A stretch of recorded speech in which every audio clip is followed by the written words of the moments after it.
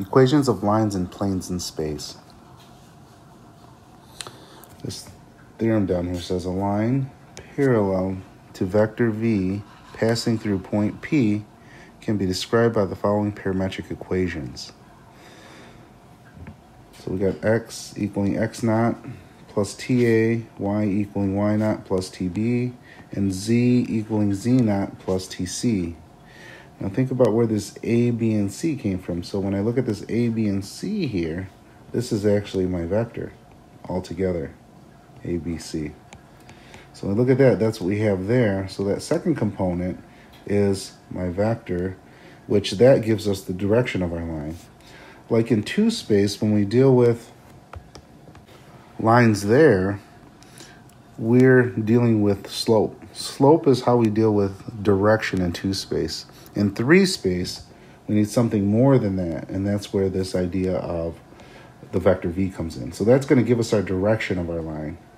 Now, when you look at this second part of this, it says, and passing through the point P, x naught, y naught, z naught. Notice where you see that. That's here. Now, this is, in a sense, that initial point, so to speak. Now, again, since it's a line, it goes backwards and forwards. But this would be that t equaling 0. Because if you think about this, if I plug in 0 for t, and I'll just do it for x so you can see it.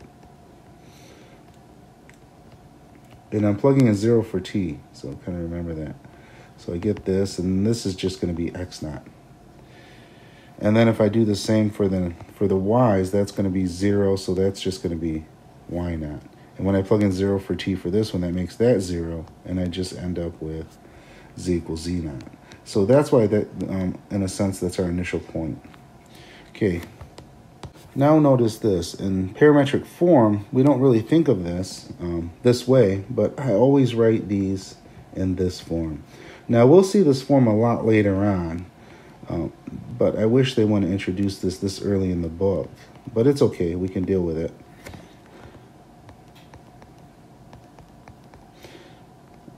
I'm just writing out these parametric equations here, because when I think of the form of a line, I usually use this component form, and I'll always go back to that just because it's more familiar to me. You don't have to write it this way, but this is a good way to write it when we start getting into calculus, doing calculus with these lines and whatnot. Anyways, this is the idea here. So I just write it RT equaling, and here's my XT, there's my YT, there's my ZT. So that's really the general form of these, and I'll show you what I just said there. That's really what they are. So in most cases, I deal with this a lot this way. And these are my parametric equations, X equaling X naught. As you can see, that's exactly these. So now think about the necessary components for a line. I need a direction, which we call our v, and we need a point to put that vector. So that's really the idea here. So let's say I'm looking at this 3-dimensional coordinate system. Oops. Okay, so what I want to do here is I'm just going to draw a line. Any line, doesn't matter. So let's say our RT is actually this line. So essentially what we're doing is we're taking a vector. Let's say the vector is going in that direction. And if we had a point on the line, say our point P was here, then essentially I would just take this vector, and it would be there, and I'd move it up there because of point P. And that would be my vector in that direction of my line. And another thing I would do, that this right here, this point right here would be P, we call it P naught a lot of times. And that's my X naught, Y naught, Z naught. And think about this, if my T is positive, I'd probably be going in this direction, depending on the line, of course, or at least the way it would look. And then where T was negative, where I plugged in like -1, -2, -1/2, and all those, that would shoot me out the other side, so in this direction. So that's kind of the idea of how these lines actually work. So I could just write t greater than 0 over here and t less than 0 over here. So that's one way that we could see this. Those could definitely be flip-flop for sure. But that's just kind of the idea. If my line's increasing, decreasing, it's coming out towards me, it might look like It might look like it's backwards even. It might not, it still could be forward, but it would just look backwards. So let's get into this problem now below. One more thing I want to say before we start this problem. Now, when I look at this form here, and that's what I showed you previously, I just wrote much nicer in the left-hand corner there. I wanted to also write it in this form.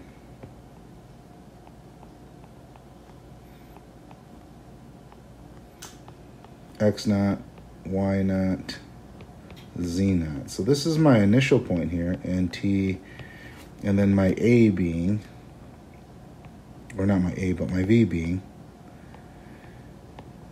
and this is the form I'm accustomed to seeing. But again, we'll talk about these forms later as well once we get into vector valued functions. That's why I say this is still a little premature. So I'm just going to write this up there too. So think about this. This here is really my P naught plus TV. And that's really the idea of what I'm looking at here. Because there's my V, there's my P naught. Now one weird thing about this that I haven't addressed yet is this is a vector. And this is a vector. Because in order to add those together and get a vector here, it's got to be a vector. And I'll talk about that later. So just kind of accept it for now. And when we get to vector valued functions, it'll make a little bit more sense. Now I just wrote both forms here. So now we have both of them here. So now let's get started with this problem. All right, this problem says given P being -359 and Y being 4, -7, 2. Let L be the line passing through P and Q. Now notice that it just says a line passing through P and Q. Now there's no direction on this. So does that mean P goes to Q and Q goes to P? No, both those points are actually going to be on my line. But I do got to get a vector here. So that vector doesn't really matter which way I go with that. I can say, hey, I'm going to get the vector from Q to P. Another person might say, hey, I want to get it from P to Q. And it doesn't matter either way. So just kind of keep that in mind here because our line goes in both directions. So there's really no direction in a sense for our line. So just kind of keep that in mind too here as we go through this. So anyways, we're going to find a vector equation of line L. Now think about this. This second form I gave you is really helpful in that way. We can think of it as like our point intercept form of a line because we have like our slope here, but that's not a slope. It's a direction vector there. And this is our initial point. So like we would deal with y-intercept here, we're just dealing with any point on the line because we get that vector and we move it up to that line and that's where it's going to be. Okay, so anyways, so now let's take a look at finding this vector equation of a line. So that means we need a vector, which this tells us here, and we need a point on the line. Now if you think about it, we already have the point on the line, either one of these two, and it doesn't matter which one you use. It just needs a point on the line. And then we need that vector. So to find the vector, hopefully we're all okay with this part, I could just do this, 3, 5, 9, and I'm going to subtract it from the other point. And this is actually going to give me that vector I need. If this isn't okay with you, let me know. Get a hold of me. Let's do a Zoom video. Okay, so this is going to be -7. And again, now I got to write my vector notation here. -7. 12 and 7. Okay, now essentially all I'm doing is this. I'm minusing, oops, the first one. Minusing the 4, and that's where I get the -7 at. And then the 5 minus -7, so that's really +7. So that's where I get the 12. And then I get the third one there. That's 9 minus 2, which is 7. Okay, so there's our vector. Now that we have our vector, we have this piece right here. Now all we need is we need a point. So all we have to do is pick one. That's how nice this is.